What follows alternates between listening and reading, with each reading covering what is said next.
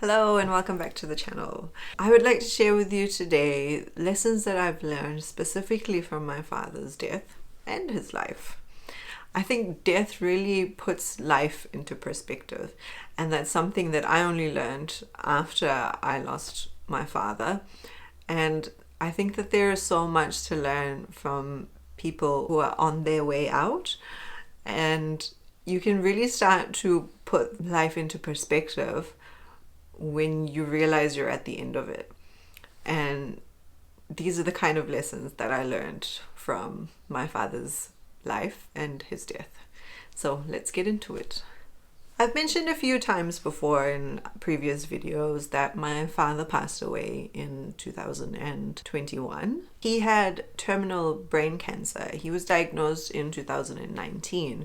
So his journey through the cancer was about 2 years.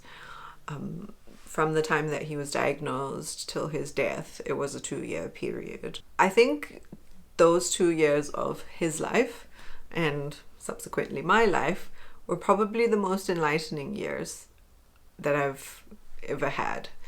Like I said in the intro, I think death really puts life into perspective. And it only hits you when you're actually staring death in the face. And that obviously was the case for my father, because from the time that he was diagnosed with cancer, he was told that you're probably not going to have very long to live. They estimated 12 months. And he was confident that doing surgery and treatment would give him a lot more time to live, and of course that was not the case. But seeing those changes in him from the time that he was diagnosed to the time that he died, I could see all the things that were going through his mind. And through having conversations with him, I really started to understand life a lot better. And I think the first big takeaway for me during those 2 years was that health truly is wealth. During those 2 years, I spent so much time in the hospital with Dad, him going through his treatments and surgeries and chemo and all sorts. And seeing him go through all of this, seeing the toll that it was taking on his mind and his body, you really cannot endure that if you were already unwell to begin with. So if you didn't have good immunity, or if you didn't have a healthy body to begin with, you really weren't going to have much of a fighting chance if a severe illness strikes. I'd never in my life thought about that before. I'd never thought about how I would be able to deal with a major health issue if it were to happen to me, until I saw it happen to my father. My father has always been a healthy individual. He has always been focused on, being active and eating well and taking care of himself. Him and my mother have always been that way. And I guess it was shocking when we heard the diagnosis, because of course you assume healthy people never ever get sick, right? That, a healthy person would never get cancer. That's what you think, but of course that's not true. Anybody can get cancer. It can happen to anybody. But I think that he really had that fighting chance because he had taken care of himself. It's not a case of, I want to take care of myself so that I never ever get ill, because whether you get cancer or not obviously is not in your control. It's more about making sure that you can do the best for your body every single day, no matter what may come. And that's something that I really saw. And that really pushed me to care about my own health, because at the time when Dad was going through this, I would say I was in the worst health that I have ever been in. During that time, I think I was going through so much myself, mentally and physically. I was really unhealthy. And seeing Dad go through what he was going through really triggered me and made me value my own health. That's really where I started to take my mind and my body and my soul seriously. That was the light bulb moment for me, I guess, for me to realize that, hey, this is something that I actually need to pay attention to. This is something that I need to value, because if I don't do anything about it, I'm not going to have a fighting chance if something happens to me. I'm not going to be able to heal well. I'm not going to be able to, fight off the everyday cold, or, even not so serious illnesses if I'm not taking care of myself. So yeah, it was certainly at that point where I started changing everything, my lifestyle, the things that I was eating, because I wanted to be better, because I understood that I needed to be better. And it wasn't just for me, but it was for my loved ones as well. That's something that my father had always done his whole life, and I'd always taken that for granted. And for the first time in my life, I started to value it. When you're given a terminal illness diagnosis, I think that you start to put your life in order. You start to think about what really matters to you, because you realize that you don't have a lot of time left. And seeing my father go through that, seeing him make the mental lists of what was important and what he wanted to do and what he wanted to say in the time that he had left, that was a very hard thing to witness. But I think that it was an important part of the journey for him, and subsequently for all of us around him. Like I said, death definitely puts life into perspective. My father was a very hard-working man. He had worked his entire life to provide for his loved ones, and that was his intention, to work hard so that he could give his loved ones everything that they needed, because he didn't really have that himself when he was a child. And he certainly achieved that, but because he was so focused his whole life on working hard, he never actually enjoyed life. And he was 67 years old when he was diagnosed with terminal brain cancer. And he had all these plans that he had made about what he wanted to do in his retirement, and all the places he wanted to go and things that he wanted to do, all these little projects that he was slowly, putting into place, all for his retirement. And then he got the diagnosis, and he was like, okay, I've still got so much left that I want to do. I'm not ready to go.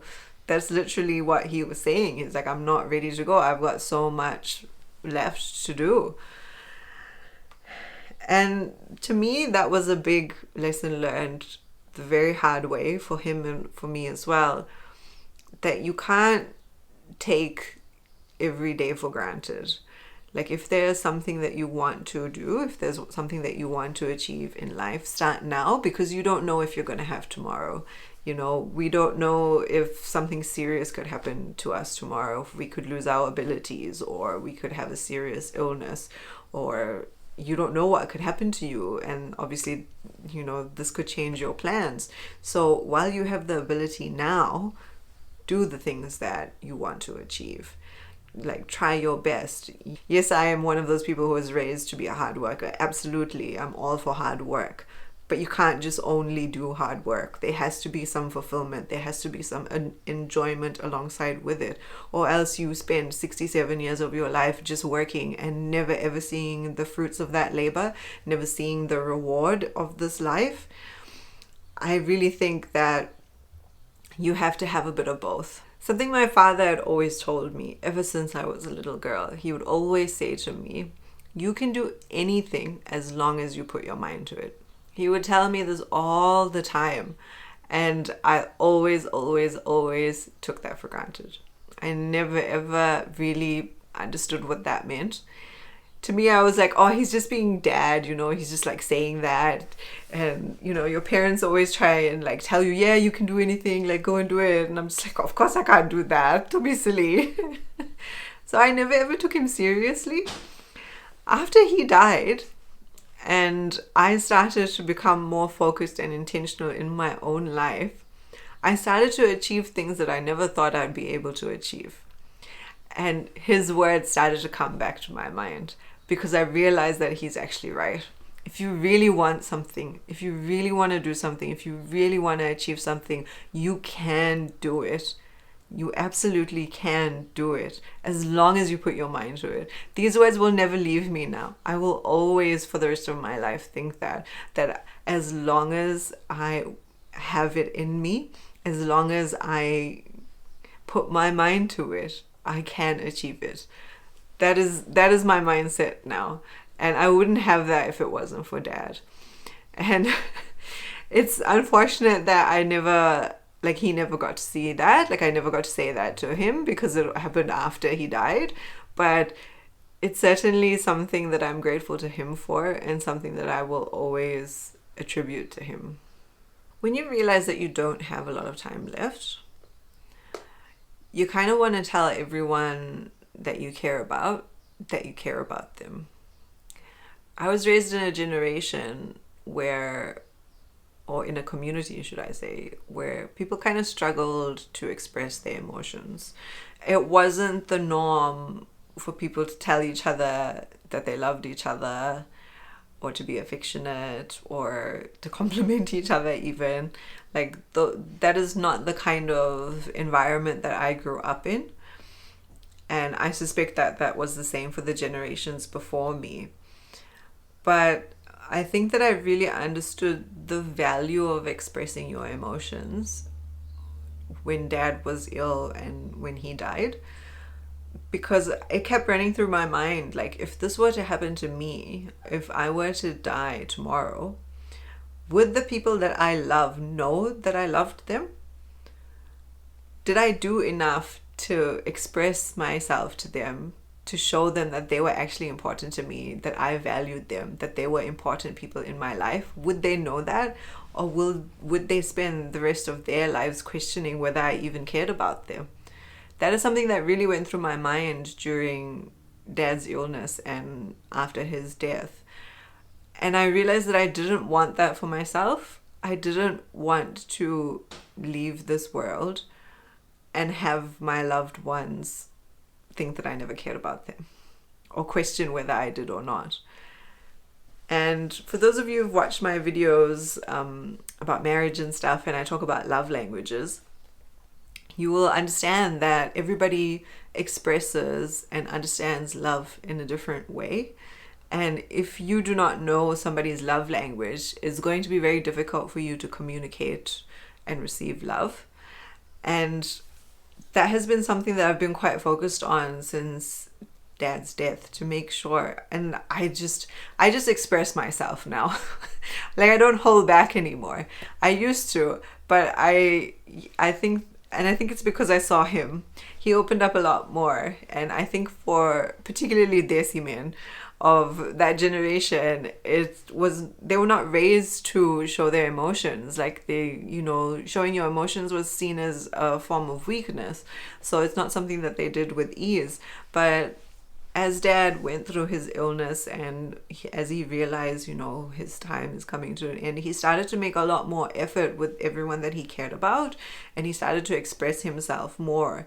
And he certainly did that with me. And the crazy thing is that the last 2 years of his life is the last 2 years that I felt the most close to him. And I always wish that we had had more time to have that kind of connection, to have that kind of closeness. And I'm sure that he would have wished that for everyone that he cared about. Obviously, I'm not the only person he cared about. And, the time factor, right? It's like you want to have as much time as you can have with the people that you love. But if you're not telling them that, if you're not investing that time with them, then it's all going to kind of be meaningless in the end. So like I said, death really puts life into perspective. You start understanding what is really important.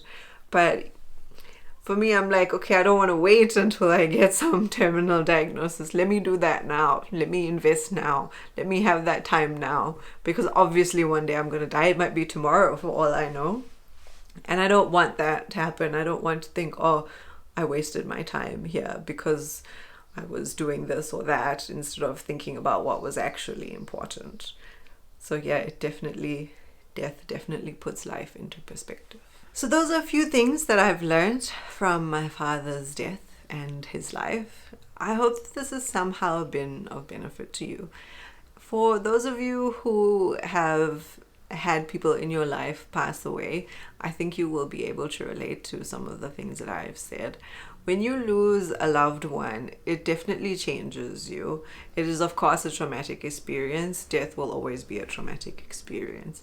But I think through our experiences, we have the opportunity for growth. Everything that happens to us is a learning opportunity. And my father's life and death certainly was a learning opportunity for me. And I will definitely take these lessons with me. And I am grateful for what I've been able to learn from it. Because, of course, the grief is heavy. You know, when you lose a loved one, the grief is always going to be heavy. It's painful to be separated from someone that you care about and never knowing when you will see them again, never being able to talk to them again. These are certainly difficult things to go through, but you know, there's blessing in everything. I truly believe that, and I think some of these lessons were certainly some of the blessings that came out of it as well. So I hope this has been helpful for you, and I'll catch you in the next video. Bye for now.